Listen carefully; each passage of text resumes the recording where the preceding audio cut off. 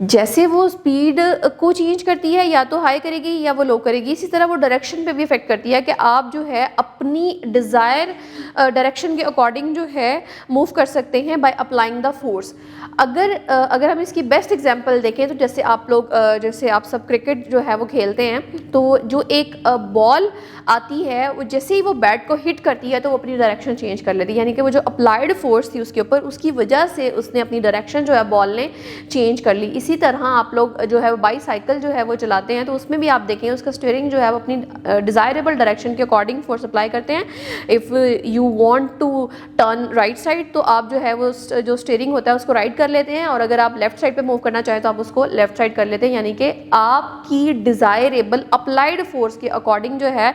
वो जो डायरेक्शन होती है ऑब्जेक्ट की वो चेंज हो जाती है। आप चाहें तो राइट उसको कर लें, आप चाहें तो उसको लेफ्ट कर लें। सो डियर स्टूडेंट्स, ये था हमारा आज का टॉपिक जिसमें हमने डिस्कस किया कि फोर्स क्या होती है, मोशन क्या होती है। उसी के साथ साथ हमने डिस्कस किया कि फोर्स के अफेक्ट क्या होते हैं, और उसी के साथ हमने ये भी डिस्कस किया कि फोर्स किस तरह जो है वो स्पीड पे अफेक्ट करती है और किस तरह जो है वो डायरेक्शन पे अफेक्ट करती है। आई होप आपको आज का लेक्चर समझ आया होगा। मिलते हैं एक नेक्स्ट वीडियो में एक नए कॉन्सेप्ट के साथ, तब तक के लिए अल्लाह हाफिज़।